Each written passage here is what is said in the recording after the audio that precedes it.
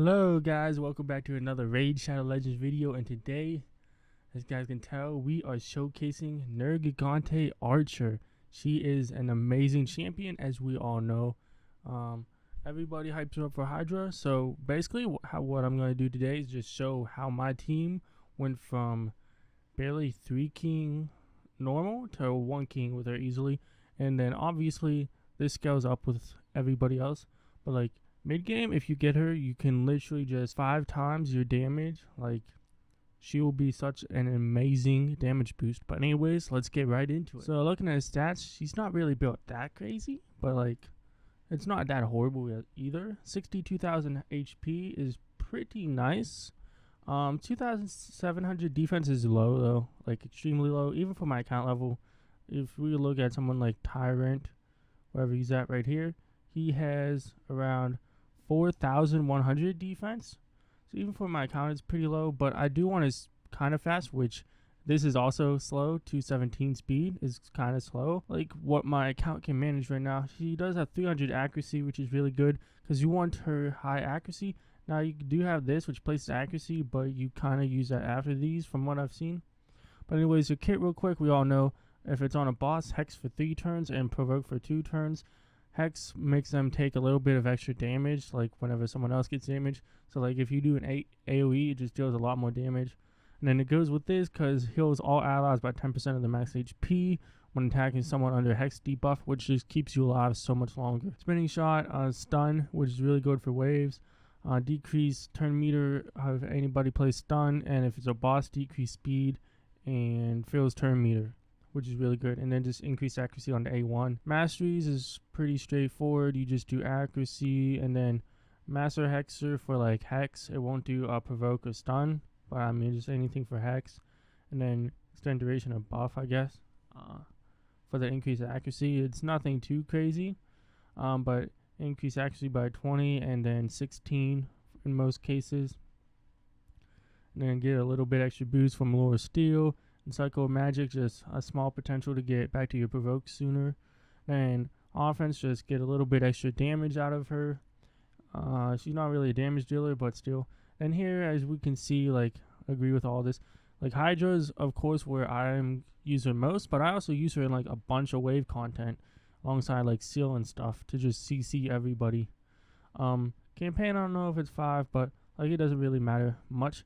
I'm just going to be showing today Hydra. Okay, so as we can see, the headed decay is magic affinity, so it will once again be weak affinity. And you want to provoke this dude basically because he removes all debuffs, so you don't want that. So basically, I think, no, we don't have the team set up. So what the team is Nergigante somewhere here. And then we have this dude for AoE HP burn. This dude because he's supposed to smack. He doesn't really right now because he's built trash. And then Kyoku for decreased attack. And then where's my Ugo?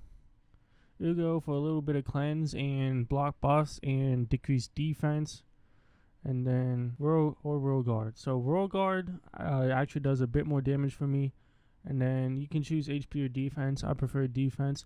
But basically this is more or less it. And of course there's so much room for growth. And this is in normal.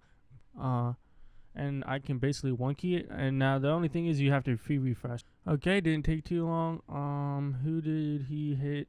Nobody, I can't tell. Boom. So he got a bunch of weak hits. That's crazy. Okay, we got 3 dudes. Decrease attack. Yeah, because we didn't land the block debuffs. Get Spirit Slash going. Then Takedown. So he's probably really bad for this affinity because it's double force. But I don't really have stuff made for Hydra, which just like makes this even better. And I don't really know when to use my abilities either. Like Hydra, I don't really focus too much because I don't have too much good stuff. And so I'm just happy with like no effort being able to one key at least one difficulty just because of her being OP. Now if we get block damage somehow, I mean not block damage, block debuffs, you know, so I don't get that stupid stuff. Like maybe Tatara over this dude. And this is whenever he's going to be able to do his thing, because she's not going to have a provoke because she's not booked. But whenever we get to her, we'll be able to see if that she was booked. Then she would be able to provoke this dude again. So damage right now kind of, but you see how it's at 1 because she's not booked. If she was booked, the provoke would be pretty much uptime completely. So she's going to take a turn, so no need to do that. We'll save it. Okay, so we're actually going to be using Seal, trying out Seal, and we get 1 block buffs. I don't know if we have any better block buffers. Basically Seal just so we get a little bit extra heals and revives and everything, because we do have 2 force affinities, which matters at the level that I'm at, because I just don't have properly geared and everything right now. A lot of the damage does come from Tyrant being able to just do a bunch of HP burns, but still, I mean, we don't have really good DPS or anything, so, you know, I think being able to do good at Hydra, at least for my level, without having like any good Hydra champs, well, no, not good Hydra champs, but without having built stuff, I think is good. Right, and like we can just see already like what she's doing, because we're getting a bunch of heals and stuff. Now maybe we need miracle heal because everybody has destroyed HP for this rotation. Last rotation was a 1 key, so I'm expecting the same from this, because Seal is just not going to die. So maybe we take Seal out and use Godseeker and Neri instead. So you see how he had 2 turns left on his provoke. If he's booked, then we can keep this provoke up pretty much the whole time, which is just like humongous. Unfortunately, we're not able to have him booked right now.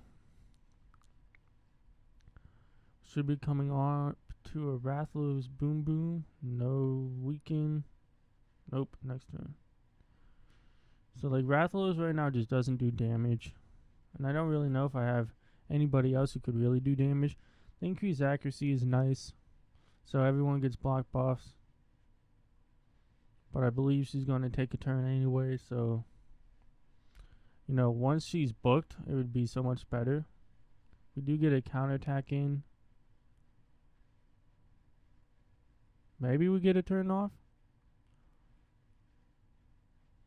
Nope. So obviously so much room to improvement, but even with that, like we can just see right now 1.6 million already, and we're gonna be able to go for a while. So I'm just gonna come back after the run's over and we can go over what Archer basically does for me.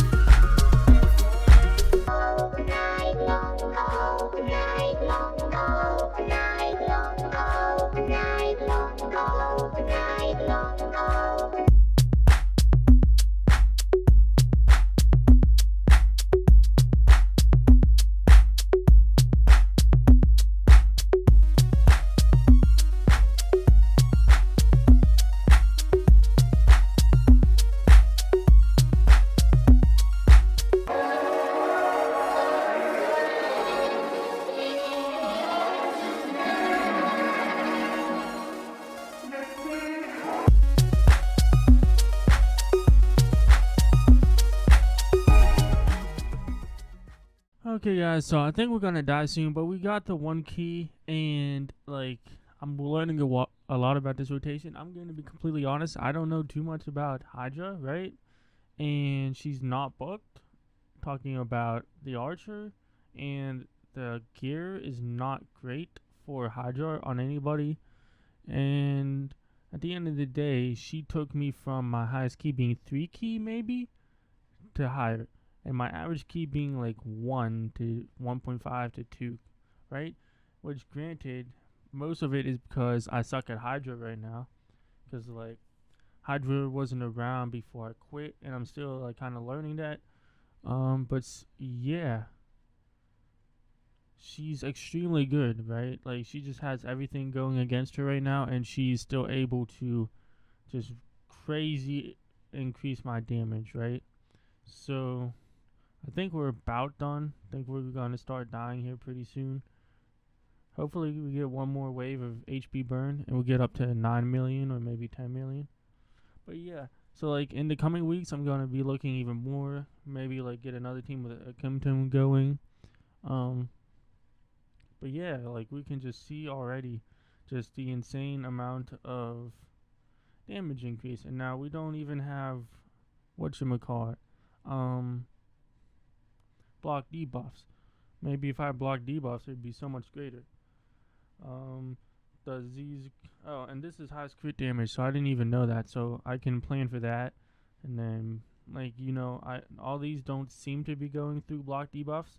So maybe we find a slot for some block debuffs. Like if we pulled a Siffy, that would have been insane, but we didn't pull a Siffy. But like, yeah, just find somebody with block debuffs. But you see, we hit 9 million with a mediocre team with really bad gear. Now, granted, it's on normal, and like 9 million isn't a lot for like endgame, but like Nubbraids has a video for endgame Archer, and she's insane. Like, I don't think it's that much of a controversial take to say that the Archer is insanely good. Right now, my Tyrant is just getting bullied, bro. He looks like the one girl with the men behind her having a tea party. But he got one final hit in. We almost hit 9.5 million. Pretty good for what I'm at. So you can see Rathlos is trash right now. Like, it's all Tyrant. Like, Rathlos is almost getting outdamaged by Nergigante. Oh, well, you can't see that. See? Now you can see. See? Rathlos almost outdamaged by Nergigante, which is absurd. Like, his build is trash, right? And so, like, that's another easy.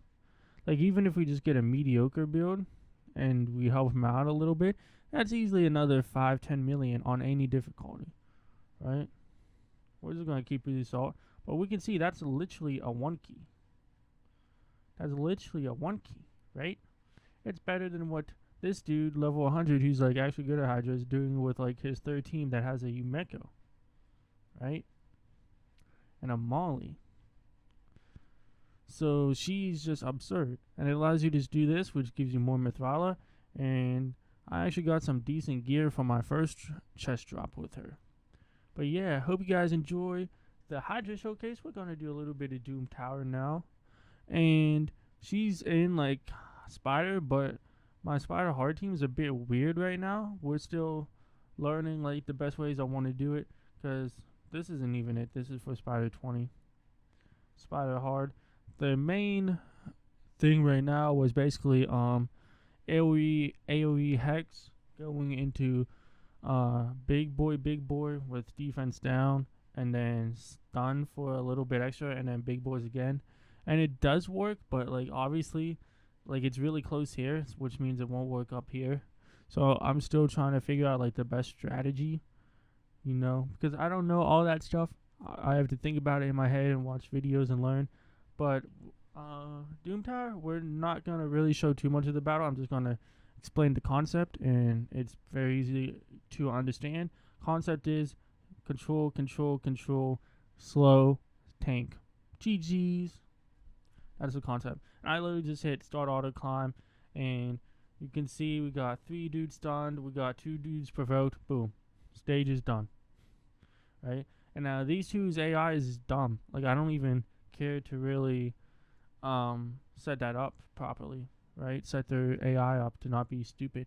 But yeah, like, so he's actually going to take a turn. It's annoying. So it doesn't always work. I guess he took a turn as well. Now, if he dies, I don't really care because he does revive. And is this the best team by any stretch of the imagination? No. This is, like, honestly pretty bad. But, like, I mean, it does the job, and I don't have to think about it. I just hit start auto climb. Granted, I'm only on stage 30. Later in the waves, probably gets crazier, but you guys can just see, right? Like, if you just get a bunch of CC, it's insanity. And, like, she was part of the event, so kind of hard. But he's a fusion, and she's a login. And then Kyoku could just be, like, anybody. Like, maybe even miscreated monster, which I do have, just not built at all.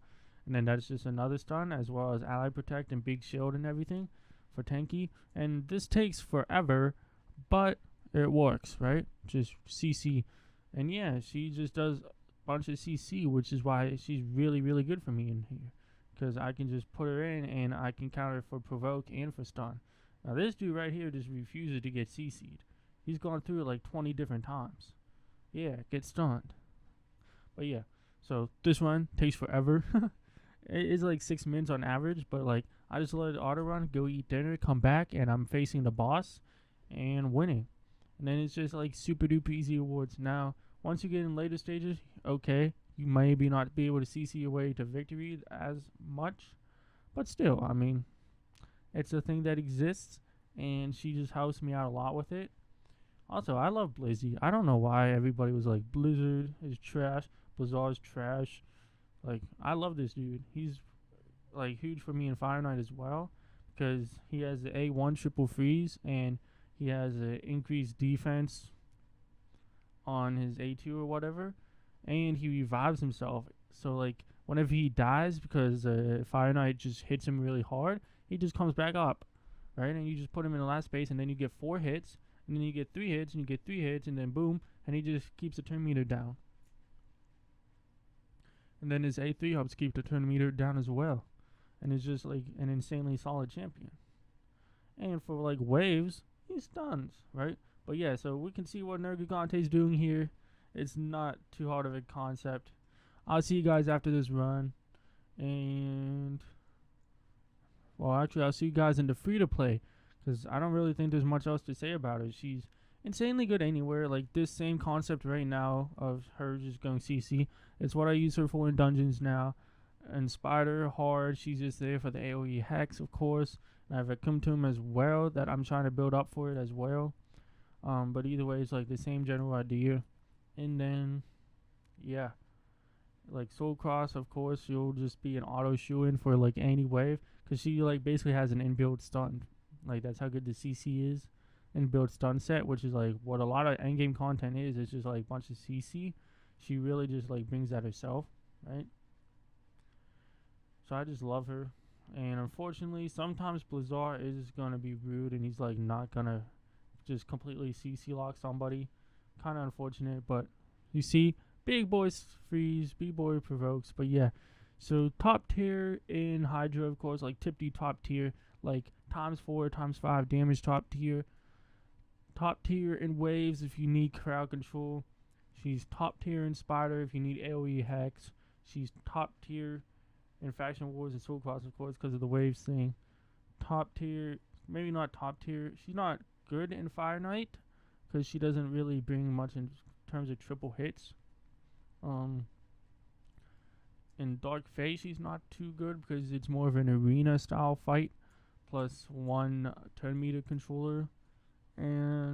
But pretty much anywhere else, like Ice Golem, she's really good. AoE provoke and hex and stuff, and stuns and stuff. She's pretty good. She doesn't do too much for the boss, but she does give you a lot of heal at least to help with the boss going crazy every time you smack him. Dragon, I don't know, not too crazy, but I guess she brings heals, like for the boss. For the waves, of course. For the boss, I don't know if she does too much for Dragon, but Spider, she definitely does a lot, right? So, all in all, of course, she's an amazing champion. We all know that. But, like, just how amazing is kind of surprising, because she's just, like, a hard carry. Bye, my fellow Shibas. See y'all on the free to play. And there's a lot of good stuff on that, but oh, the free to play is getting so fun now.